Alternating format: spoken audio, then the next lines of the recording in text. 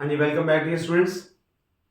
तो बेटा हम फ्रेम्स ऑफ रेफरेंस वाला चैप्टर कर रहे हैं जो उसमें लास्ट टाइम हमने देखा था कि किसी भी फ्रेम में, नॉन इनर्शियल फ्रेम में रोटेशन अगर है, मतलब अगर रोटेशन है तो वो नॉन इनर्शियल फ्रेम है। और रोटेशन की वजह से दो फोर्सेस हमारे पास आए थे। कौन कौन से थे?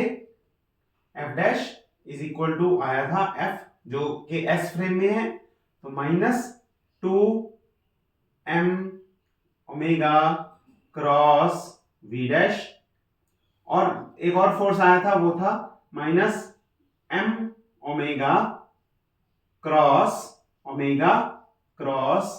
r dash. ठीक है, तो ये हमने लास्ट लेक्चर में ड्राइव किया था।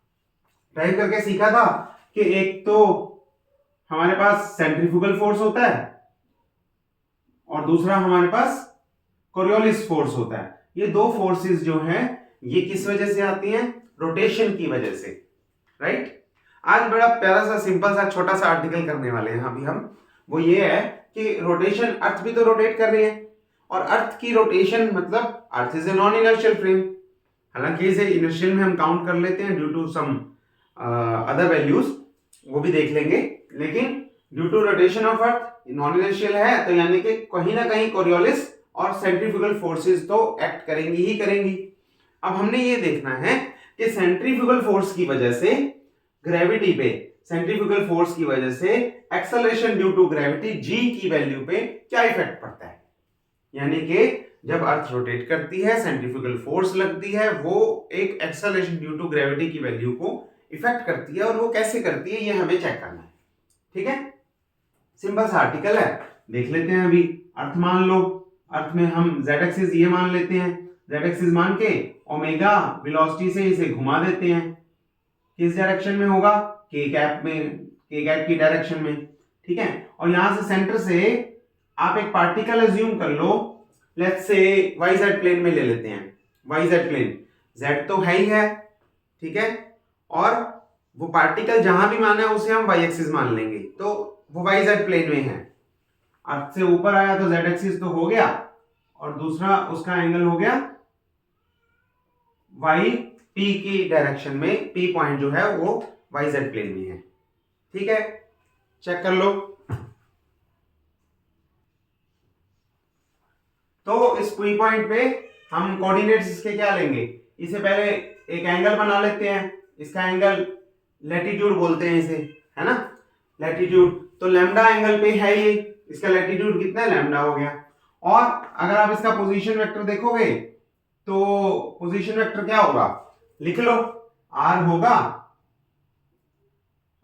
xi cap plus yj cap लिखते हैं ना हम प्लेन पोलर कोऑर्डिनेट्स में, तो cos लैम्डा j कैप हो गया, और z एक्सिस की तरफ क्या होगा? k कैप की तरफ इसका साइन कंपोनेंट होगा।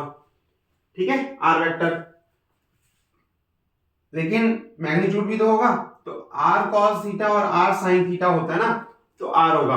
हाँ, अगर आप r कैप लिखोगे उसमें आप लिख दोगे cos lambda j cap plus sin lambda k cap. ठीक है, पहली चीज हो गई। दूसरी देखो, ओमेगा को हमने लिख ही लिया, ओमेगा क्या है? ओमेगा k कैप है, राइट, सिंपल है। और पार्टिकल जो है वो इस पॉइंट पे रेस्ट पे है, रेस्ट पे है, मतलब उसकी कोई वेलोसिटी नहीं है, तो मतलब क्या लगेगा? कोरियोलिस फोर्स तो लगेगा नहीं, क्योंकि पार्टिकल मूव नहीं कर रहा। पार्टिकल मूव तब करता है जब वो खुद, पार्टिकल पे कोरियोलिस फोर्स तब लगता है जब उसकी खुद की वेलोसिटी होती है कुछ। ठीक है, लेकिन ग्रेविटी तो कहीं पे भी लग सकती है, सेंट्रीफ्यूगल फोर्स तो कैसे भी लग सकता है, वो सिर्फ पोजीशन के हिसाब से है। और इस पे ग्रेविटी फोर्स कहां लग रही है? देखो, टुवर्ड्स दिस, यहां से लेके टुवर्ड्स द सेंटर g लगेगा, राइट। तो अगर आप F effective force, F g force लिखो तो आप क्या लिखोगे? आप लिखोगे m g वेक्टर। ठीक है, और g वेक्टर क्या होगा?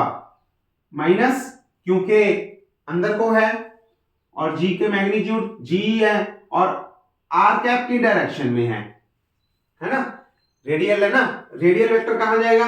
बाहर को, सेंटर से बाहर p तक, ओपी, ओपी की डायरेक्शन में, और जी वेक्टर कहां आएगा, पी से ओ तक, क्योंकि gravity always acts towards the centre of earth. तो ये हो गया minus M g r cap, खत्म हुई बात। चल सेंट्रीफ्यूगल फोर्स निकालते हैं, सेंट्रीफ्यूगल फोर्स निकालते हैं, कितना होगा, minus m omega k cap cross omega k cap cross r vector is this one, एक और ब्रैकेट लगा दूं, आर कॉस लैम्डा जे cap plus r sine lambda के कैप। ओके, ठीक हो गया। चल अब मल्टीप्लाई कर लो, सिंपल है, बस कैलकुलेशन है, आप कर सकते हो आराम से। के को आप जे से वेक्टर से मल्टीप्लाई करोगे और के को के क्रॉस करोगे, और के क्रॉस के कितना हो जाएगा, 0 हो जाएगा, तो ये टर्म तो कट जाएगी, सिर्फ ये बचेगी, कितनी बचेगी ये रहेगी ओमेगा आर कॉस लैम्डा, और k cross J is reverse order है, तो माइनस आई कैप होगा, माइनस, ये होगा अंदर का रिजल्ट। बाहर क्या है, minus m omega k cap cross, ये है। अब फिर से माइनस माइनस हो गया प्लस, और के क्रॉस आई कितना होगा, प्लस जे, तो बाकी का लिख दो m as it is, omega into omega, और आर बाहर, m are omega square, cos lambda बाहर, और k cross i is j cap, positive j cap. तो ये आपके पास फोर्स आ गया, सेंट्रीफ्यूगल फोर्स कितना आया, M are omega square cos lambda J cap. ठीक है, तो अब असल में दो फोर्सेस लग रही हैं, एक जे कैप की तरफ और एक जे प्लस के कैप की तरफ। तो एक तो है ग्रेविटी, एक तो है ग्रेविटी, कैसे लग रही है वो लग रही है minus M g r cap, और एक लग रहा है सेंट्रीफ्यूगल फोर्स, सेंट्रीफ्यूगल फोर्स लग रहा है, वो कैसे लग रहा है, वो लग रहा है M are omega square cos lambda, M are omega square cos lambda J cap, ये लग रहा है। ठीक है, तो इफेक्टिव ग्रेविटी क्या होगी, इफेक्टिव फोर्स क्या होगा, इन दोनों का प्लस, इफेक्टिव फोर्स होगा, इन दोनों को प्लस कर दो, दैट्स इट, कैलकुलेशन कर लेना और आंसर आ जाएगा, है ना। करके देखें, चलो करके देखते हैं। तो F effective is equal to minus M G cos lambda, R cap है ना, R cap is cos lambda J cap, minus M G sine lambda के कैप, और plus M are omega square cos lambda J cap. ठीक है, हो गया। Okay, जे cap और के कैप अलग अलग कर लो, जे कैप के कोएफिशिएंट्स इकट्ठे कर लो, के कैप अलग कर दो, तो माइनस जी बाहर निकाल, माइनस एम बाहर निकाल देते हैं, माइनस एम बाहर, अंदर क्या बचेगा, अंदर क्या बचेगा, अंदर बचेगा जी माइनस, यहां से बचेगा जी कॉस लैम्डा, तो मैं एक बार जी लिख रहा हूं पहले, कॉस लैम्डा मैं बाहर निकालूंगा, इसमें भी कॉस लैम्डा है, जे कैप के कोएफिशिएंट देख रहे हैं ना हम, तो ये भी जे कैप, ये भी जे कैप, यहां पे भी एम था, माइनस एम बाहर निकाल लिया, यहां माइनस था, यहां प्लस था, तो माइनस हो जाएगा, यहां से जी लिख लिया, और यहां से आर ओमेगा स्क्वायर लिख लेते हैं, आर ओमेगा स्क्वायर, बाकी क्या बचा, कॉस लैम्डा बाहर बच गया, और ये किसका कोएफिशिएंट है, जे कैप का। ठीक है, ओके, अगला फैक्टर क्या है, माइनस एम बाहर आ गया, तो माइनस एम बाहर आ गया तो प्लस जी साइन लैम्डा के कैप, ये अगला फैक्टर बच गया, चेक कर लो, सिंपल है, ठीक हो गया। ओके, तो अगर इस एफ इफेक्टिव को मैं इफेक्टिव जी इफेक्टिव लिख दूं, मतलब इफेक्टिव जो है वो माइनस एम जी के इक्वल होगा ना, माइनस एम जी वेक्टर, ऐसे होगा। तो जी इफेक्टिव जो है, अगर यहां पे मैं इफेक्टिव जी लिखूं तो माइनस एम वाला पार्ट छोड़ दो, बाकी जो है सिर्फ मैग्नीट्यूड की बात कर रहे हैं, नेगेटिव पॉजिटिव तो हो ही जाएगा। जो जी इफेक्टिव है हमारे पास कितना आ गया, जी इफेक्टिव यहां से आ जाएगा जो अंदर वाला फैक्टर है, this vector plus this vector, ठीक है, माइनस चाहे इंक्लूड कर लेना, लेकिन ये जो पार्ट है ना, G minus R omega square cos lambda जे cap plus G sine lambda के कैप, ये वेक्टर जो है हमारे पास इफेक्टिव आ गया। ठीक है, कोई दिक्कत नहीं है। अब मैग्नीट्यूड निकालते हैं, अब मैग्नीट्यूड निकालते हैं कि इसका मैग्नीट्यूड है कितना। ओके, चलो तो मैग्नीट्यूड कैसे निकालते हैं, कोएफिशिएंट्स का स्क्वायर लेके। तो हमारे पास G effective is equal to under root of, अब सिंपल सी एक कैलकुलेशन रह गई है, G minus R omega square cos lambda का स्क्वायर, दोनों का स्क्वायर आएगा, प्लस अगला फैक्टर कौन सा है, जी साइन लैम्डा, तो मैं लिखूंगा जी साइन लैम्डा का स्क्वायर। ठीक है, ऐसे ही निकालते हैं मैग्नीट्यूड, यही टर्म होती है, लिख दिया। ओके, अब क्या बचा, कुछ नहीं, सॉल्व कर लो। देखो एक स्टेप मैं और कर देता हूं, this will be a minus B whole square is equal to A square plus B square minus 2ab, तो ए स्क्वायर वाली टर्म होगी G square cos square lambda बाहर है, और ये है G square sine square lambda, तो पहली टर्म में मैं G square cos square lambda plus sine square lambda 1 कर रहा हूं, ठीक है, प्लस बी स्क्वायर मतलब R square omega 4 cos square lambda, सारों के साथ कोस स्क्वायर लैम्डा तो आएगा ही आएगा, और यहां से क्या आया बी स्क्वायर में आर स्क्वायर ओमेगा 4 और माइनस 2ab में minus 2g R omega square और cos square lambda as it is बाहर, और अगली टर्म जो है वो हम ऑलरेडी एडजस्ट कर चुके हैं, तो वो जी स्क्वायर ही है। ठीक है, नेक्स्ट स्टेप इंपॉर्टेंट है, ध्यान से देखना, ओमेगा होता है एंगुलर वेलोसिटी, और इसे हम लिखते हैं एंगुलर फ्रीक्वेंसी भी लिखते हैं, और इसे हम लिखते हैं 2π/t टाइम पीरियड से रेसिप्रोकल। ठीक है, और ये हो जाएगा एंगुलर वेलोसिटी से देखोगे तो आप लिखोगे angle upon time, total time period में टोटल 2π का एंगल वो बना लेती है अर्थ, है ना, तो ये कितना हुआ 2 इंटू 3.14, और ये कितना हुआ 24 आवर्स, जो हमारी अर्थ का रोटेशन का टाइम है, तो इसे आप सॉल्व करोगे। ठीक है, और ये हो जाएगा कुछ अराउंड, ऊपर 6 है नीचे 60 है, अगर एक 6 से काट दे तो यहाँ पे 1/10 बचा, यहाँ पे 1/60 और ये 24, इन दोनों को मल्टीप्लाई कर दे तो it will be around 10 raised to the power -5 radiance पर सेकेंड। ठीक है, अप्रोक्सीमेट वैल्यू इसमें आएगी। 10 raised to the power -5 is very very small number, जब आप उसे ओमेगा 4 करोगे तो वो तो बिल्कुल ही खत्म हो जाएगा, तो ये वाली टर्म हम छोड़ सकते हैं। ठीक है, इट इज नेग्लिजिबल, और जी स्क्वायर कॉमन निकाल लो, तो हमारे पास जी इफेक्टिव कितना आ गया, अंडर रूट जी स्क्वायर आपने कॉमन निकाल लिया, यहां बचा 1, यहां बचा माइनस, ये तो खत्म हो गया, ये वाली टर्म में 2r omega square cos square lambda upon G, एक जी कट जाएगा, एक जी बच जाएगा।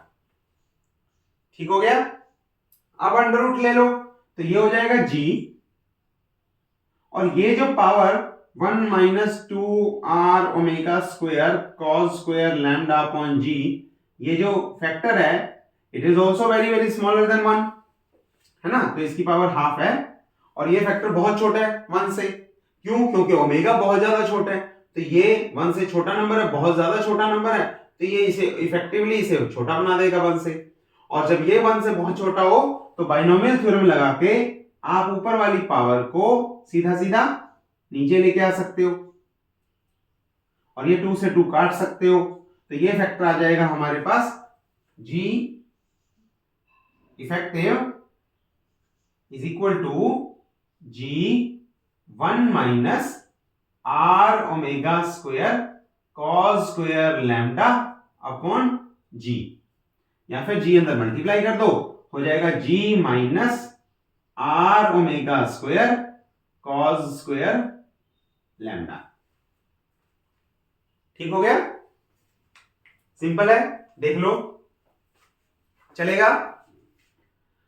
ओके, तो खत्म हुआ, इफेक्टिव जी हमने निकाल लिया, और वो कौन इफेक्ट कर रहा है उस जी को, उसको रोटेशन इफेक्ट कर रही है अर्थ की, और वो एंगुलर वेलोसिटी से जो जिस पॉइंट पे जिस पार्टिकल जहां पे है, देखो लैम्डा पे डिपेंडेंस आ गई, ओमेगा की वजह से लैम्डा पे भी डिपेंडेंस आ गई। लैम्डा क्या है कि पार्टिकल कहां पे है, यहां पे है, यहां पे है, यहां पे है, तो अगर आप उसे यहां पे इक्वेटर पे मानोगे तो लैम्डा हो जाएगा 0, लैम्डा हो जाएगा 0, राइट। और अगर आप उसे यहां पे पोल पे मान लोगे, पोल पे, पोल है, तो लैम्डा हो जाएगा 90, है ना।